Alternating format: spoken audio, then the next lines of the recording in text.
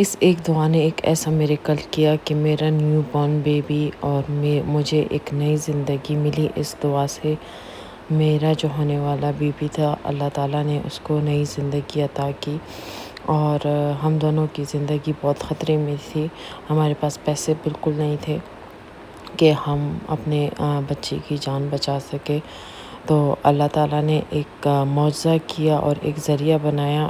جب میں نے صرف یہ وظیفہ سٹارٹ کیا، جیسے ہی میں نے سٹارٹ کیا تو اللہ تعالیٰ نے ہمارے لیے ذریعہ پیدا کیا، اور ایسا ذریعہ پیدا کیا کہ ہم بھی حیران تھے، پریشان تھے کہ اللہ تعالیٰ نے مطلب منٹوں میں ہماری دعا قبول کر لی تھی۔ ہمیں یقین ہی نہیں آ رہا تھا۔ تو جو وظیفہ آج میں بتاؤں گی بہت زیادہ پاورفل ہے، اور آپ یہ وظیفہ ہر ایک چیز کے لیے کر سکتے ہیں۔ بہت ایزی ہے، بہت ہی آسان ہے۔ تو آئیے چلتے ہیں وظیفے کی طرف۔ السلام علیکم، آئی ہوپ آپ سب ٹھیک ہوں گے، میں بھی بالکل ٹھیک ہوں۔ رات کے اچانک 2 بجے میرا واٹر پائپ لیک ہو گیا، اور اچانک ہمیں ہاسپٹل جانا پڑا۔ میں اور ہسبینڈ بالکل اکیلے تھے۔ بچے اپنی ساس کے پاس چھوڑ کر چلے گئے۔ میں اور ہسبینڈ ہاسپٹل کی طرف بھاگے۔ میری طبیعت بہت زیادہ خراب تھی۔ میرا وزن کچھ اتنا شدید بڑھ چکا تھا کہ میں چل پھر بھی نہیں سک رہی تھی۔ اس دن تو میری طبیعت بہت زیادہ خراب تھی۔ تو جیسے ہی میں گاڑی میں بیٹھی ہاسپٹل پہنچے، سب سے پہلے میرے ہسبینڈ میرے لیے ویل چیئر لے آئے، اس میں مجھے بٹھا کر اندر ہاسپٹل لے کر گئے، کیونکہ مجھ سے چلا ہی نہیں جا رہا تھا۔ اور پھر چیک اپ وغیرہ ہوا تو وہ کہہ رہے تھے کہ مطلب بڑا آپریشن ہوگا، اب کچھ نہیں ہو سکتا، بچے کی جان خطرے میں ہو سکتی ہے۔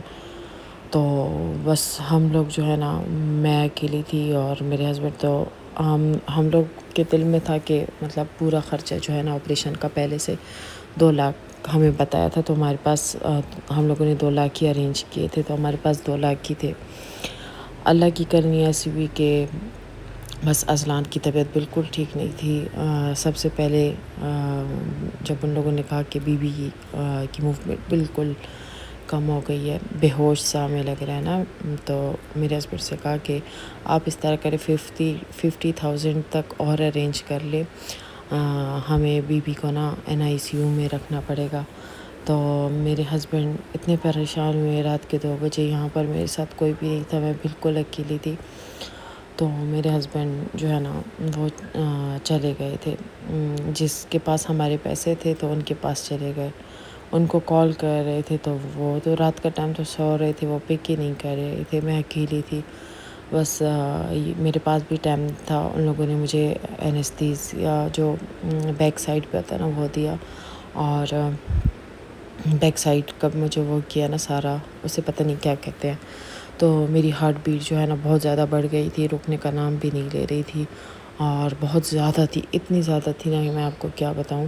ڈاکٹر مجھے کہہ رہا تھا کہ مطلب آپ ٹینشن لے رہی ہیں تو آپ کا آپریشن اتنا ہی لیٹ ہوگا، اور اوپر سے میں نے کھانا بھی کھایا تھا، تو میرا معدہ بھی واش کرنا پڑا، کیونکہ میں نے اس دن پیٹ بھر کر کھایا تھا، اور بہت زیادہ میں نے کھانا کھایا تھا۔ اچھا مجھے تو پتہ تھا کہ پیسوں کی ضرورت ہوگی، تو بس میں نے اس سے کہا، نرس سے کہا کہ پلیز آپ میرے سر پہ صرف دوپٹہ ڈال دیں، اور بس میں نے بس اللہ کا ذکر کرنا سٹارٹ کر دیا۔ اور پتہ ہے وہ کون سا ذکر تھا؟ استغفر اللہ میں نے پڑھا بے شمار۔ پھر اس کے بعد میں نے درود شریف پڑھا۔ جب میری ہارٹ بیٹ کنٹرول میں آئی تو میرا معدہ واش کیا، پھر اس کے بعد میرا آپریشن سٹارٹ کر دیا، اور میرے ہسبینڈ بیچارے پریشان آ گئے ہاسپٹل، جو ہوتا ہے ریسیپشن پر۔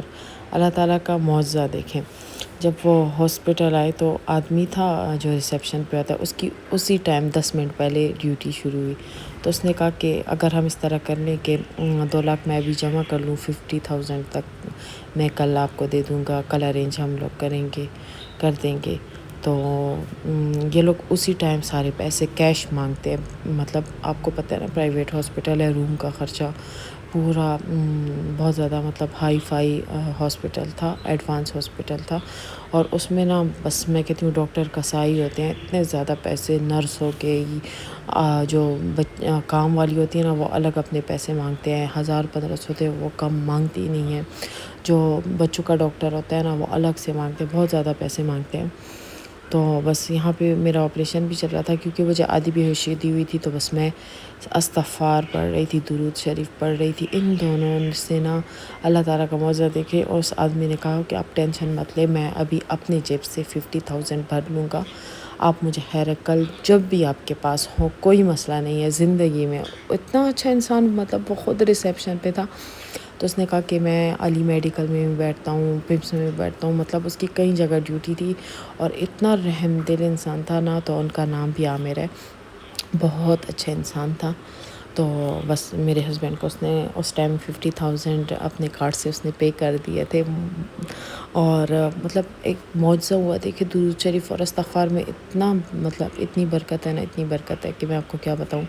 پھر اس کے بعد اذلان پیدا ہوا، اور اذلان بیچارہ جو ہے نا وہ رو نہیں رہا تھا. ڈاکٹر نے اسے اتنا، مطلب مارتے ہیں نا کہ تاکہ بچہ روئے، اسے اتنا مارا مارا مارا مارا مارا مارا. مجھ سے تو لے کے مجھے تو دکھایا تک نہیں اذلان کو. میں ڈر رہی تھی، میرے ساتھ اس ٹائم کوئی بھی نہیں تھا، تو میں بہت ڈری تھی کہ اذلان کیسے. بس الحمدللہ اس کے بعد اذلان بہت زیادہ مارنے کے بعد رویا، اور پھر اسے NICU میں 7-8 گھنٹے رکھنا پڑا مشینری میں. پھر الحمدللہ اذلان بالکل ٹھیک ہو گیا تھا، دیکھو وظیفوں کی برکت سے.